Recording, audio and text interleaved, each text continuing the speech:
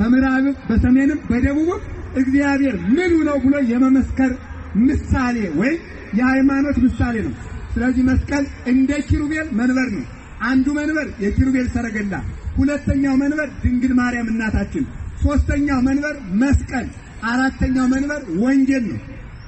ለኪሩቤል 4 ተሸካሚዎች አሉ። ለእመቤታችን 4 ባህሪ አላት። ለመስቀልም 4 ማዕዘን አለው።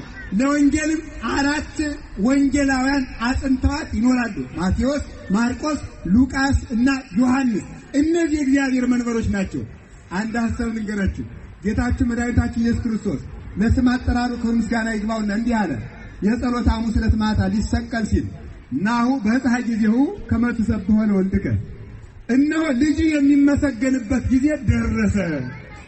ተመልከቱ፣ የሰው ልጅ የሚከብርበት ጊዜ ደረሰ አለ። እኔ ይደንቀኛል። ይሄ ሰው ሲሰቀል ይዋረዳል ወይስ ይከብራል? ይዋረዳል። ጌታ ምን አለ? ሊሰቀል ሲል የሚከብርበት ጊዜ ደረሰ አለ። እንዴ ሲሰቀል ምንድነው መክበር? ሲተፉበት፣ ሲራቆት እንዴት ያለ መክበር ነው! ሲጎተት፣ ሲጨነከር፣ ሲደማ፣ ሲቆስል፣ ሲሳል፣ መሬት ለመሬት ሲጎትቱት፣ እርኩስ ምራቅ ሲተፉበት እንዴት ያለ መክበር ነው! እውነትም መክበር ነው። ጌታችን መድኃኒታችን ኢየሱስ ክርስቶስ በመስቀል ላይ ተሰቀለ። የዛን ጊዜ በመስቀል ላይ ሲሰቀል ስልጣኑን መግለጥ ፈለገ። እንዲህ አለ ቅዱስ ዮሐንስ አፈወርቅ፣ ሰይጣን አለ እንደ ስስታም ሰው ነው አለ። ስስታም ሰው ታውቃላችሁ? ስስታም ሰው ሳይመረምር ይውጣል የሚበላውን ነገር። እውጣለሁ ሲል ከጉሮሮው ላይ ይቆምበታል። ስለዚህ ሰይጣንም ክርስቶስን ጌትነቱን አላወቀውም። ሲሰቀል ጊዜ፣ ሲደማ ጊዜ ፍጡር መስሎት እውጣለሁ ብሎ ቀረብ ባለ ይላል። በከመ ያለምዱ ውሒጠ መዋጥ እንደለመደው እንደ አብርሃም ሥጋ መስሎት፣ እንደ ዳዊት ሥጋ መስሎት፣ እንደ ያዕቆብ እንደ ይስሐቅ ሥጋ መስሎት ቀረብ ባለ። የዚያን ጊዜ በሐፂነ መለኮቱ በመለኮቱ ብረትነት ቸንክሮ ያዘው። ያን ጊዜ ሰይጣን ቀባጠረ። ሰይጣን አለ ቅዱስ ዮሐንስ አፈወርቅ የክርስቶስን በግነቱን አየ፣ እረኝነቱን ግን አላየም ማለት። በበግነቱ ውጠዋለሁ ሲል በእረኝነቱ ቀጠቀጠው፣ በህብስትነቱ ውጠዋለሁ ሲል ባለትነቱ ጥርሱን ሰባበረዋል። በዚያን ጊዜ መስቀል ላይ ቅዱስ ያሬድ አርአየ ስልጣኑ ላይ ለሞት እንዳለ ይደንቃችኋል እኮ ይደንቃል። በምኩራባችን እንመካለን ሲሉ አይሁድ ምን አደረጋቸው? ምኩራብም ኧረ ጌታዬ ነው የተሰቀለው ብላ ቤተ መጋረጃው ተቀደደ። በሰማይ አምላክ አለን ሲሉ የሰማይ ሰራዊትም ረገፉ፣ እሱ ጌታችን ነው ለማለት። ያን ጊዜ መቃብርም ተከፈተች፣ ሙታንም ተነሱ። ስለዚህ ክርስቶስ በሞቱ ስልጣኑን ገለጠ። እስቲ በሞቱ ስልጣኑን ገለጠ ወይ? ክርስትና ማለት ሙት ወማሸነፍ ነው። ሙት ወማሸነፍ። አምላካችን ሲሰቀል ሰይጣን ተሰቀለ፣ ሲቸነከር ሰይጣን ተቸነከረ፣ ሲሞት ሰይጣንን ገደለው፣ ሲደማ ሰይጣንን አቃጠለው። እኛን ደግሞ አጠበን፣ ሰይጣንን አደከመው፣ እኛን ደግሞ አጸናን። ሰይጣን ሞተ፣ እኛን አነጻን። ሰይጣንን አሰጠመው፣ እኛን አሻገረን። ስለዚህ ምን እንለዋለን? ሀዳሴ ነፍስ ለጻድቃን፣ ጻድቃንን የሚያሻግራቸው ኢየሱስ ክርስቶስ። ስለዚህ መስቀል ክርስቶስ የተዋረደበት ሳይሆን ክብሩን የገለጠበት ነው። እስቲ ክብሩን የገለጠበት ነው። ክብሩን የገለጠበት እኔ ልንገራችሁ፣ የማን ሞት ነው ሰማይን የሚያንቀጠቅጥ? የማን ሞት ነው ከዋክብትን የሚያረግፍ? የማን ሞት ነው ጨረቃን ደም የሚያለብስ? የማን ሞት ነው ፀሐይን የሚያጨልም? የማን ሞት ነው መጋረጃ የሚቀድ? የማን ሞት ነው አለትን የሚሰነጥቅ? የማን ሞት ነው ምድርን የሚያነዋውጣት? የማን ሞት ነው ሙታንን የሚያነሳ? የማን ደም ነው ሰውን ከኃጢአት የሚያጥብ? የማን ደም ነው ሰውን ከሕይወት ከሞት ወደ ሕይወት የሚያሸጋግር? ስለዚህ አባቶቻችን ምን ይላሉ? መስቀል መንበር ነው። ክርስቶስ በዕለተ ዓርብ በንግስና የዋለበት እንጂ የተዋረደበት አይምሰልህ። ልክ እንደዚሁ ክርስቶስ ሲሞት በሞቱ ስልጣኑን እንደገለጠ ክርስቲያን ሲሞት ይከብራል። ክርስቲያን ሲሞት ይከብራል። ክርስቲያን እየሞተ ይኖራል። ክርስቲያንን የሚገሉ እየገደሉ አንድ ቀን ገለው ለዘላለም ይሞታሉ። እስኪ አንድ ቀን ገለው ለዘላለም ይሞታሉ። ክርስቲያን ደግሞ አንድ ቀን ሙቶ ለዘላለም ይኖራል። ለምን? አምላኩን ይመስላልና። ክርስቲያን ሲሞት መሸነፉ አይደለም። ክርስቶስ ሲሞት መሸነፉ እንዳልሆነ ክርስቲያን ሲሞት መሸነፉ አይደለም። ኃይል እየሞት እንኖራለን፣ እየሞት እናሸንፋለን፣ እየሞት እንገዛለን። መሞታችን መዘራታችን ነው። የክርስቲያን ደም ዘር ነው። ክርስቲያን ሲሞት ይዘራል፣ ክርስቲያን ያበቅላል ማለት ነው። ለምን ይመጣል? ያን ነገር ነገራችሁ ክርስቲያንን ኃጢአት ይጨርሰዋል እንጂ ሞት አይጨርሰውም። ይህን ማወቅ ይገባዋል። የሰው ልጅ ሁሉ ክርስቲያንን የሚጨርሰው ኃጢአት ነው። ስለዚህ ከመንበሩ ተጠግተን እንድንኖር አምላከ ቅዱሳን ይርዳል። አንደኛው ያ ክርስቶስ ያ መስቀል ምንድነው? መንበር ነው። ሁለተኛው ሶስተኛ ቶሎ ብዬ ልጨርስ፣ ከቃሉ ጋር ናችሁ። ሶስተኛው የጌታችን የኢየሱስ ክርስቶስ መስቀል፣ የጌታችን የኢየሱስ ክርስቶስ መስቀል የልደት መሰረታችን ነው። የልደት መሰረታችን ነው። አባታችን ያዕቆብ ይሳኮር የሚባል ልጅ ነበረው። ያ አባታችን ያዕቆብ ሮቤል የሚባል የመጀመሪያ ልጅ አለው። አንዲቱ ሚስቱ ራሔል፣ አንዲቱ ሚስቱ ልያ ይባላሉ። ራሔል በጸነሰች ጊዜ የልያ ልጅ ሮቤል ተመልከቱ፣ ጫካ ሂዶ ያለ ጊዜዋ የደረሰች እሸት ይዞ መጣ። ያችን እሸት ይዞ ሲመጣ ልያ ነፍሰ ጡር ነበረች። እናቶቻችን ደግሞ ነፍሰ ጡር በሚሆኑ ጊዜ ምግብ ይለዋውጣሉና ልጅሽ አመጣውን እሸት ስጭኝ አለቻት። አይ እሸቱን እንድሰጥሽ ከፈለግሽ ባልሽ ከኔ ጋር ይደር አለቻት። የዚያን ጊዜ ሰው ደግሞ ሲቸግረው የሚወደውን ነገር ይሰጣልና ግድ የለም እሸቱን ስጭኝ እንጂ ባሌ ካንቺ ጋር ይደር አለቻት። ያዕቆብ የዚያን ዕለት አብሮ ከልያ ጋር ሲያድር የዚያን ጊዜ ይሳኮር ተጸነሰ።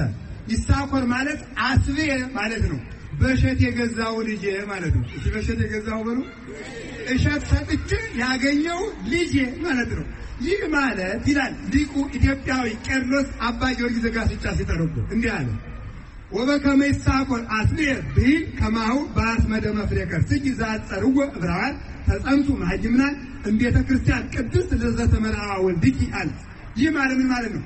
ይሳኮር ራሔል እሸት ከፍላ ይሳኮር የሚባል ልጅ እንደጸነሰች ይሳኮር ማለት ዋጋዬ እንደሆነ እንደዚሁ አንቺ የማይጸንሽ ፍሬ የሆነውን ልጅሽን ከፍለሽልን ከልጅሽ በተገኘው እሸት ምዕመናን ከመስቀሉ ላይ ከቤተ ክርስቲያን ማኅፀን ተጸነሱ ይላል። ስለዚህ ተመልከቱ፣ በራሔል እንዲያ እንደጸነሰች ልያ እንዲያ እንደጸነሰች ከድንግል ማርያም በተገኘው በማኅፀኗ ፍሬ ከቤተ ክርስቲያን ከመስቀሉ ላይ ከቤተ ክርስቲያን ማኅፀን ምዕመናን ተጸነሱ። አዳም ከጎኑ ሚስቱ ሔዋንን እንዳስገኘ ክርስቶስ ከጎኑ በፈሰሰው ደም ሙሽራው ቤተ ክርስቲያንን አስገኘ። በዕለተ ዓርብ ከመስቀሉ ላይ ከቤተ ክርስቲያን ማኅፀን ምዕመናን ተጸነሱ። የልደታችን ምንጭ መስቀል ነው። መስቀልን የሰጠን እግዚአብሔር የተመሰገነ ይሁን። ክርስቶስና ቤተ ክርስቲያን ተሞሽረው የዋሉት በመስቀል ላይ ነው። መራዊሃ ለቤተ ክርስቲያን መያጤሆሙ ለለማሰኑ ይላል ሄሬኔዎስ። የቤተ ክርስቲያን ሙሽራዋ ባል ለሚስቱ ቀለበት ያስርላታል። ክርስቶስ ለቤተ ክርስቲያን ግን ደሙን ከፈለላት ይላል ቅዱስ ያሬድ። ሕዝቅያ ለቤተ ክርስቲያን የቤተ ክርስቲያን ማጫዋ፣ ጥሎሿ፣ ስጦታዋ ደሙ ነው። ደሙን ከፍሎ በዕለተ ዓርብ ተሞሸረ። ኤፌሶን ምዕራፍ 5 ቁጥር 25-27 እንደተቀመጠ ክርስቶስና ቤተ ክርስቲያን በደሙ ማይተምነት ተሞሽረው የዋሉት በዕለተ ዓርብ ነው። ከዚያ ማኅፀንኛ ተጸነሱ። መስቀል ከቃሉ ጋር ናችሁ። ሁላችን ጋር ይሁን።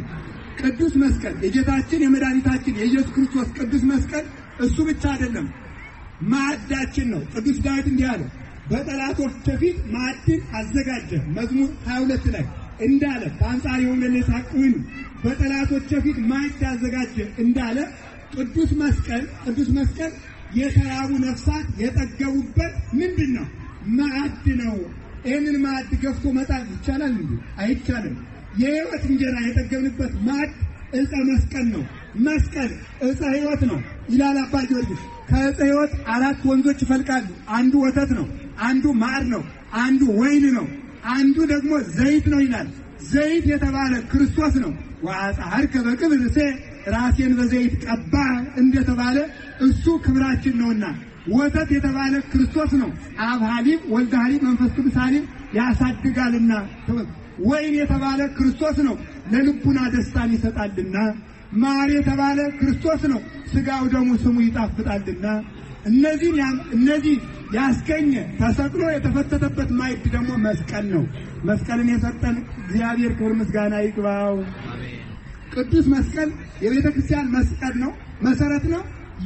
የገነት የመንግስተ ሰማያት መክፈቻ ቁልፍ ነው። በመስቀሉ አርሃወ ገነተ ይላል ቅዱስ ያሬድ በድጓው። በመስቀሉ ገነትን ከፈተው ይላል።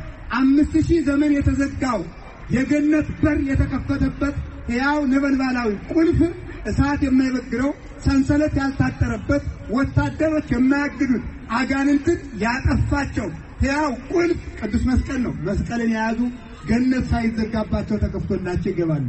ገነት የመንግስተ ሰማያት ቁልፍ ቅዱስ መስቀል ነው። መስቀል ጋሻችን ነው። እስኪ ጋሻችን ሆኑ ሁላችሁ። እንዲህ አለ ቅዱስ ዳዊት መዝሙር 143 ቁጥር 1 ላይ እንዲህ አለ፣ ይትባረክ እግዚአብሔር አምላከ አበዊየ ዘመሃሮን ጸባለ እደዊየ። በሞት የበሉ ለእጆቼ በሉለኪ ሰልፍን ያስተማረ እግዚአብሔር ይመስገን። ምን ያስተማረ? እግዚአብሔር ጦርነት ያስተምራል። እግዚአብሔር መግደል ያስተምራል። ለእጆቼ ሰልፍን ያስተማረ ማለት ይላል ሊቃውንት ሲተረጉሙ ማማተብን ያስተማረ እግዚአብሔር ይመስገን። ሰዎች ጦር ነጥቀው ይመጣሉ። እኛ ዝም ብለን በስመ አብ ወወልድ ወመንፈስ ቅዱስ ይበሉ። በስመ አብ ወወልድ ወመንፈስ ቅዱስ። አሁን ጋሻችን ይሄ ነው። በዘመነ ሰማዕታት እኮ ወይ ክርስቶስን ከመረጣችሁ ሞታችሁን፣ ወይ ደግሞ መሞታችሁን ወይ ጣዖቱን ምረጡ አሏቸው ሰማዕታቱ። መርጠን ጨርሰናል። ምርጫችን ክርስቶስ ነው። የመረጠን እሱ ነው እንጂ እኛ አልመረጥነውም አሉ። እንግዲያማ ብለው ወታደሮቹ ድንጋይ ሲወረውሩ በስመ አብ ወወልድ ወመንፈስ ቅዱስ ብለው ሲያማትቡ በእነሱ የተወረወረው ድንጋይ እየተመለሰ ወታደሮችን ይመታቸው ነበር ይላል። መስቀል መመከቻችን፣ ጋሻችን፣ ኃይላችን፣ ማዕዳችን፣ መሰረተ ቤተ ክርስቲያናችን፣ ኑሯችን፣ የንስሐ በራችን ነው። ንስሐ የተጀመረው ከመስቀል ላይ ነው። በንስሐ ገነት መግባት የተቻለው ከመስቀል ላይ ነው። ፈያታዊ ዜማን እንደዳነ ስጋውን ደሙን ያገኘነው ከመስቀል ነው። ድንግል ማርያምን ያገኘናት ከመስቀሉ ስር ነው። ክህነት የተሰጠን ከመስቀሉ ስር ነው። ሲኦል የተበረበረው በመስቀሉ ዕለት ነው። ገነት የተከፈተው በመስቀሉ ነው። ይህን ሁሉ የሰጠን አምላካችን እግዚአብሔር ክብር ምስጋና ይግባው። መስቀል ማኅተማችን ነው። እንዲህ አለ ቅዱስ ጳውሎስ ገላትያ ምዕራፍ 6 ቁጥር 19 አልቦ ዘያነጥየኒ ማንም ሰው አያድከመኝ። እንግዲህ የክርስቶስን ማኅተም በሥጋዬ ተሸክሜያለሁና አንዳችም ሰው አያድክመኝ ይላል። የነገስታት ልጆች የንጉሱን ማኅተም ይዘው ይንቀሳቀሳል። ለምሳሌ እኛ እዚህ ስንንቀሳቀስ የሀገራችን ፓስፖርት ይዘን እንንቀሳቀሳለን። እናንተ ደግሞ የዚህን ሀገር መታወቂያ። ከአጋንንት የምናልፍበት መታወቂያችን ማኅተማችን ግን ቅዱስ መስቀል ነው። መስቀልን የያዙ የአጋንንትን ባይል ተሻግረው ይሄዳሉ። ስለዚህ ፍሬው የተነባበረ ነው ማለት ነው። ፍሬው እንደ ዘንባባ ነው ማለት በመስቀሉ ያገኘነው ጸጋ ብዙ ነው ማለት ነው። ሳንፈራ ሳንሰቀቅ መስቀሉን ተሸክመን ለዘላለም ድነት እንድናገኝ አምላከ ቅዱሳን ይርዳል። ስለዚህ መስቀሉን መውደድና ማክበር ብቻ ሳይሆን መሸከምም ልመዱ። የመጨረሻ ንግግር ነው። እስቲ መስቀል መሸከም በሉ። እስቲ የዛለት ዓርብ ብኖር ኑሮ ጌታን መስቀል አግዘው ነበር የሚል እጁን ያወጣል። እንደበሞቴ እንዲሁ ዓርብ ብኖር ኑሮ አግዘው ነበር የሚል አታወጡም? አታግዙትም? ታግዙታላችሁ። እንኳን አልነበርን ልንሰቅለው ምንችል ነበረ። አለመኖራችን ነው የሚሻለን። ግን አንድ ነገር ልንገራችሁ፣ መስቀል መሸከም ከፈለጋችሁ ባለትዳሮች ወንዶቹ የሚስቶቻችሁን አመል፣ ሴቶቹ የባሎቻችሁን አመል ተሸክማችሁ ስትኖሩ መስቀል ተሸክማችሁ ዓርብማ ተገኝተን እንዳናግዘው የለን የዚያን ጊዜ። ስለዚህ የትዳርን አመል መሸከም፣ የፖለቲካውን ዓለም ተሸክሞ መዝለቅ፣ ታግሶ መኖር፣ ይህን ድራማውን፣ ዝሙቱን፣ ሚዲያውን፣ ይህን ሁሉ ድብልቅልቅ ዓለም ሰይጣኒዝሙን ይህን ተቋቁሞ ማለፍ መስቀል መሸከም ነው። የሥጋን አመል ተሸክሞ መዝለቅ መስቀል መሸከም ነው። መስቀሉን በስሙ መሞትም መስቀል መሞት መስቀል መሸከም ነው። መስቀሉን ተሸክመን በመስቀሉ በርቶልን ዘላለም ከርስት እንድንወርስ አምላከ ቅዱሳን ይርዳን። እኔ ያጎደልኩትን ብፁዕ አባታችን በምዕዳን በትምህርት አቅንተው ያስተምሩናል። ስላበዛው ይቅርታ። ስብሐት ለእግዚአብሔር ወለወላዲቱ